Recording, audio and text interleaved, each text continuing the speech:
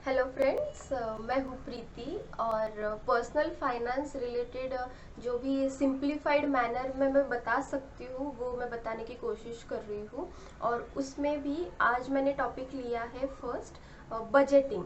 तो actually budgeting क्या होता है कि जो भी हमारे मंथली या फिर ईयरली, हम फॉर सिंप्लीफिकेशन मंथली ले लेते हैं। मंथली इनकम जो भी है और मंथली एक्सपेंसेस जो भी है, तो उस चीज़ को लिख लेना या फिर उस चीज़ को ऑब्जर्व करना, उसका नोट डाउन कर लेना is budgeting. As simple as that. और वो हमें क्यों करना चाहिए? क्योंकि आपको पता हो कि आपके आपके खर्चे कहाँ कहाँ पे हो रहे हैं। मतलब ऐसे हमें लगता है कि हमें पता है, बट जब तक हम लिख नहीं लेते तो हमें पता नहीं चलता कि एक्चुअली कहाँ कहाँ पे हो रहे हैं खर्चे। तो वो करने के जो भी स्टेप्स है वो मैं सिंप्लीफाइड मैनर में बताने की कोशिश कर रही हूँ। और उसमें फर्स्ट एंड फॉरमोस्ट स्टेप है कि कीप इट सिंपल। मतलब जितना सिंपल हो सके बजटिंग करना, एक्सपेंस करना नहीं, बजटिंग करना जितना सिंपल हो सके उतना सिंपल रखो। और जो भी हमारे डे वन से और मंथ एंड तक जो भी एक्सपेंसेस है रोज हम लिखते जाए। और ऐसे भी हम कर सकते हैं कि अभी खर्चा हुआ, मतलब 2 घंटे में इतना इतना खर्चा हुआ तो इतने इतना लिख लिया हमने कि एक्स अमाउंट ग्रोसरी के लिए लगे और वाई अमाउंट कुछ तो क्लॉथ शॉपिंग की उसके लगे, या फिर कहाँ पे स्ट्रीट फूड खा लिया, या फिर any any expenses in your home. तो वो जो भी है वो लिख लो। उस पर आप ऐप भी यूज कर सकते हो या फिर सिंपल नोटबुक पे भी लिख सकते हो, और at the end of the month हम एनालाइज कर सकते हैं। तो फर्स्ट स्टेप है बहुत ही सिंपल रखिए। और सेकंड स्टेप है कि जो भी हमारे एक्सपेंसेस है उनकी कैटेगरी कर लीजिए। एक तो होते हैं फिक्स्ड एक्सपेंसेस और दूसरे होते हैं non fixed expenses. Fixed expenses में क्या आता है? जो भी आपका रेंट है, आपको पता है ये खर्चे होने ही वाले हैं, वो फिक्स्ड एक्सपेंसेस है। वो उसमें आपका रेंट आ गया, ईएमआई आ गया, इलेक्ट्रिसिटी बिल आ गया। अल्दो आपको हमें पता नहीं होती एग्जैक्ट यही अमाउंट होगी, बट एवरेज हमें पता रहता है कि कितना इलेक्ट्रिसिटी बिल इस महीने आएगा। जो भी आपके गैस के खर्चे हैं वो है। और जो भी अपने फिक्स्ड एक्सपेंसेस जो भी हम कह सकते हैं, जैसे हमारा कुछ एसआईपी होता है जो भी फिक्स्ड होता है, किसी का अगर चल रहा है तो वो भी फिक्स्ड एक्सपेंसेस में आता है। तो वो भी नोट डाउन कर लीजिए कि वो ये फिक्स्ड रहेंगे ही रहेंगे। नॉन फिक्स्ड में आता है कि कभी डाइन आउट कर लिया तो वो नॉन फिक्स्ड है। ऐसा कुछ डिसाइडेड नहीं रहता कि मंथ में इतने ही बार हम इतना ही खर्चा करेंगे जो भी डाइन आउट है, या फिर कहीं कुछ शॉपिंग कर ली, बच्चों के लिए खिलौने ले लिए, तो वो नॉन फिक्स्ड एक्सपेंसेस है हमारे। तो वो भी हम जैसे जैसे हो जाए वैसे वैसे नोट डाउन करते जाए। क्योंकि बहुत बार ऐसा होता है कि नॉन फिक्स्ड एक्सपेंसेस में ही बहुत सारे लूप होल्स हमें दिखने लग जाते हैं जैसे जैसे हम बजटिंग करते जाते हैं। तो ये दो कैटेगरीज में हम डिवाइड कर लेते हैं कि जो भी हमारे एक्सपेंसेस है, और वैसे हम नोट डाउन करते जाते हैं। तो थर्ड है, जो भी हमारे ईयरली एक्सपेंसेस होते हैं उसमें हम शायद आपकी जिम की मेंबरशिप आ गई, कोई योगा क्लास है तो उसकी फीस अगर आप ईयरली भरते हो या फिर हाफ ईयरली भरते हो तो वो आ गया। हमारे कुछ इंश्योरेंसेस है उसकी प्रीमियम अमाउंट, तो वो ईयरली एक्सपेंसेस है हमारे। तो व्हाट यू कैन डू, जो भी हमारे ईयरली एक्सपेंसेस है उसका अगर ईयरली इतना अमाउंट है तो पर मंथ कितना अमाउंट आता है, तो वो हम कैलकुलेट कर सकते हैं। और वो भी मंथली एक्सपेंसेस के फिक्स्ड एक्सपेंसेस में हम नोट डाउन कर सकते हैं। इससे होगा क्या कि हमें एक्चुअली पता रहेगा कि मंथली इतना अमाउंट जाना चाहिए हमारे एक्सपेंसेस से उस पर्टिकुलर सेक्शन में।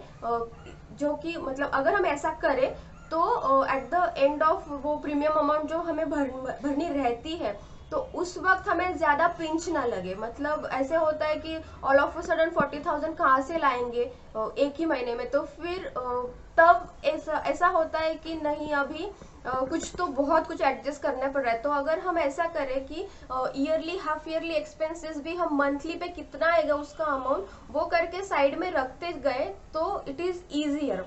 और नेक्स्ट पॉइंट है कि हम इसके लिए क्या कर सकते हैं कि हम एक मैंने जैसे कहा, एक तो हम ऐप यूज़ कर सकते हैं, कोई भी एंड्रॉयड आईओएस ऐप, या फिर सिंपल नोटबुक में भी लिख सकते हैं।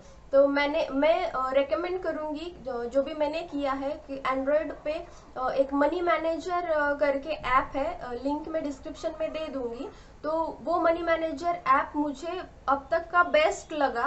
बाकी भी आप अगर किसी और ऐप के लिए कंफर्टेबल हो गए तो आप वो भी यूज़ कर सकते हो, बट मनी मैनेजर का मुझे ये अच्छा लगा कि वहाँ पे बहुत सारे डिफरेंट सेक्टर्स दिए हुए हैं, मतलब हेल्थ सेक्टर, बच्चों की स्कूल फीस, या फिर हमारे डाइन आउट सेक्शंस, और जो भी है हमारे इन्वेस्टमेंट्स, एसआईपी जो भी चल रहे हैं, ग्रोसरी, हेल्थ, जो भी है, तो वो सारे सेक्टर्स दिए हुए हैं।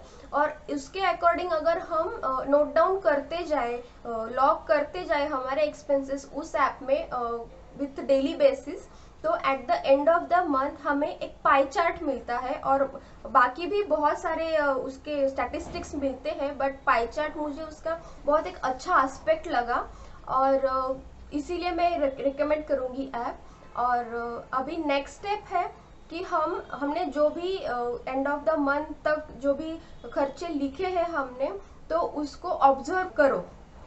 उससे होगा कि आपको पता चलेगा कि actually at the very root level हमारे खर्चे कहाँ पे हो रहे हैं, किस सेक्टर में हो रहे हैं, किस चीज़ के लिए ज़्यादा खर्चे हो रहे हैं। तो वो हमें सब कुछ एक क्लियर आइडिया आ जाएगा कि एक्चुअली कैसे एक्सपेंसेस हमारे हो रहे हैं। यहाँ पे मैं सेविंग्स करो बजटिंग करते वक्त ऐसे बिल्कुल नहीं कह रही, हमें सिर्फ पहले ऑब्जर्व करना है, क्योंकि हमें पता होना चाहिए हमारे एक्सपेंसेस इतने इतने सेक्टर में इतने इतने होते, और फिर हम कर सकते हैं कि एक्चुअली कहाँ पे हो गया, कहाँ पे हम सेविंग्स कर सकते हैं ऐसे।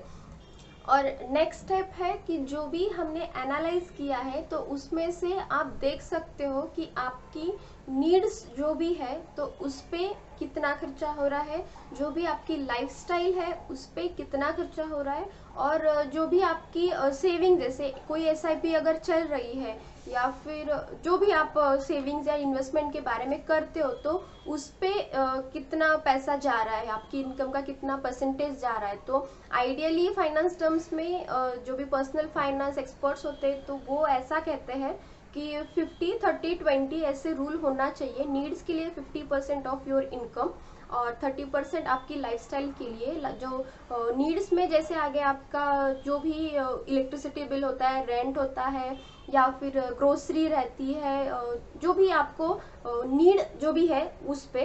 और लाइफस्टाइल में आता है कि जहाँ पे बहुत कहीं पे घूमने गए, कहीं शॉपिंग की, ऐसे जो भी लाइफस्टाइल खर्चे होते हैं तो वो 30% में आने चाहिए।